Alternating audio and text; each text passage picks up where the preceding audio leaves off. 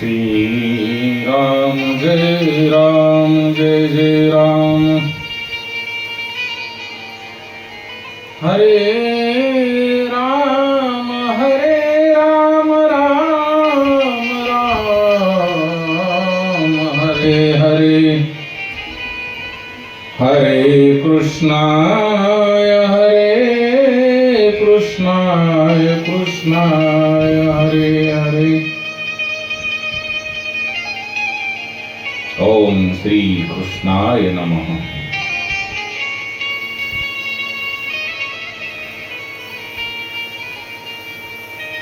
श्रीमद भगवद्गीतेच्या 16व्या अध्यायापर्यंत आपण पोहोचलेलो आहोत आणि श्रीमद भगवद्गीतेच्या 16व्या अध्यायाचे महात्म्य काय आहे।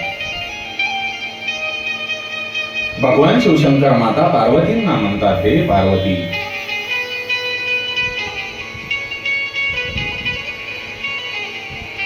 गीतेच्या 16व्या अध्यायाचे महात्म्य म्हणजे मनुष्य निर्भय होतो। त्याबद्दल जे महात्म्य आहे मी तुला सांगतो आहे।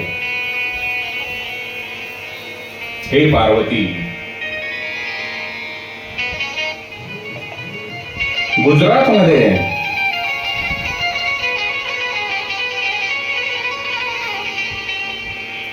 सौराष्ट्र नावाचे एक नगर आहे। तिथे खड्गभाऊ नावाचा इंद्रासारखा प्रतापी राजा राज्य करीत होता।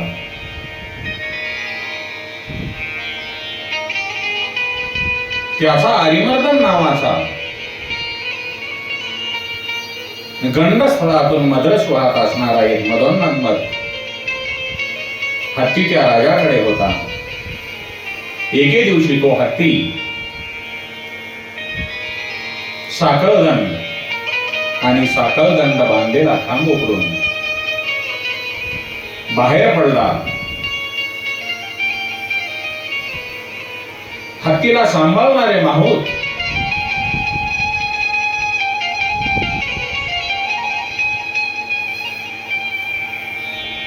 हातात अंकुश घेऊन दोन्ही बाजूंनी त्या हत्तीला दाखवत धमकावत होते, भीती दाखवत होते, परंतु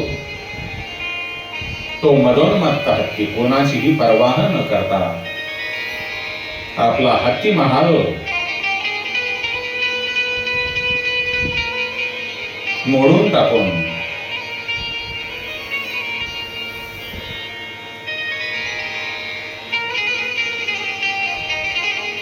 आपल्या घरट्याच्या बाहेर पडतो।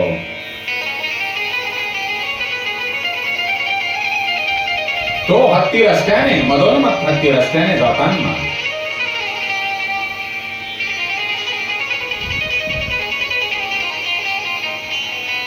अनेक प्रकारचे नुकसान करू लागला। शहरातील अनेक लोक कामधंदा सोडून देऊन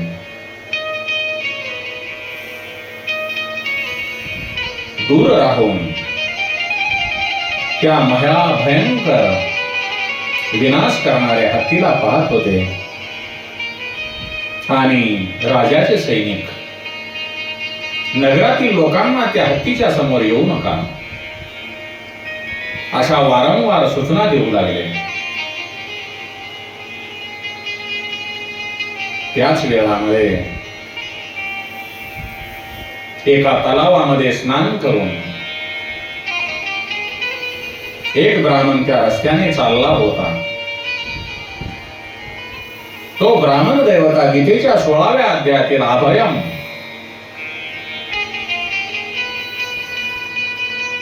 भीती नसणारे इत्यादी श्लोक रस्त्याने म्हणत निघाला होता।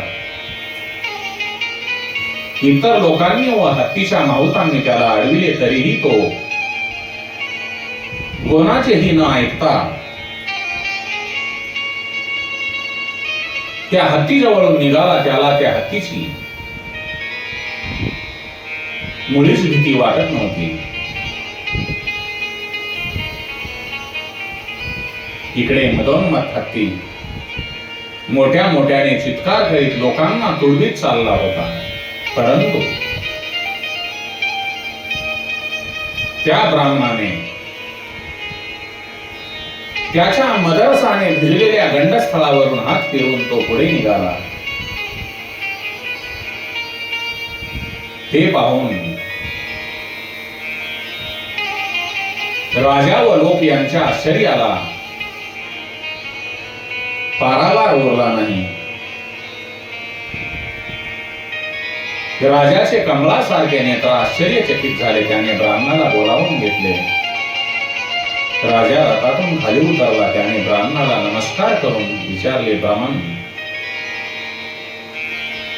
आपला प्रभाव अलोलिक आहे, कारण आपण या काळासारख्या गजराजाला हात लावून सुखरूप परत आला. हे महाराज, मला सांगा की आपण कोणत्या देवाची पूजा किंवा कोणत्या मंत्राचा जप करता? आपल्याला कोणती सिद्धी प्राप्त झाली आहे? त्यावर तो ब्राह्मण म्हणतो, राजा,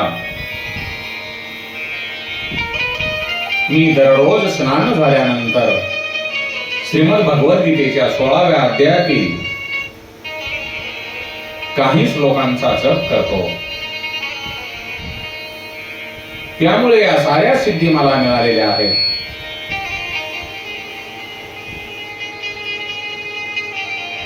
भगवान शिवशंकर माता पार्वतीला म्हणतात, हे पार्वती, तेव्हा हत्तीचा पराक्रम पाहण्याचे सोडून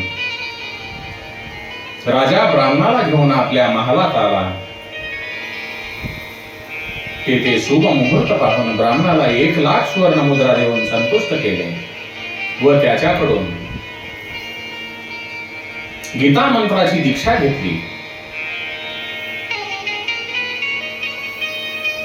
गीतेच्या 16व्या अध्यायातील सुरुवातीच्या काही श्लोकांचा अभ्यास झाल्यावर राजाच्या मनात मदमत्त हत्तीला सोडून त्याच्यावर आपला प्रभाव पाहण्याची इच्छा उत्पन्न झाली. म्हणून तो काही सैनिकासह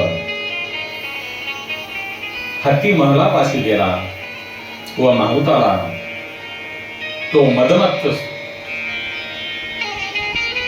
मदमस्त हत्ती सोडायला सांगितला. कारण गीतेचा 16वा अध्याय ऐकून आता राजा निर्भय झाला होता.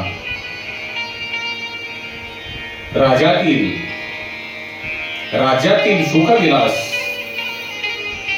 त्याला तुच्छ वाटू लागले. किंबहुना आपले जीवन तो तृणवत गवताप्रमाणे समजून तो त्या मोकळ्या हत्ती समोर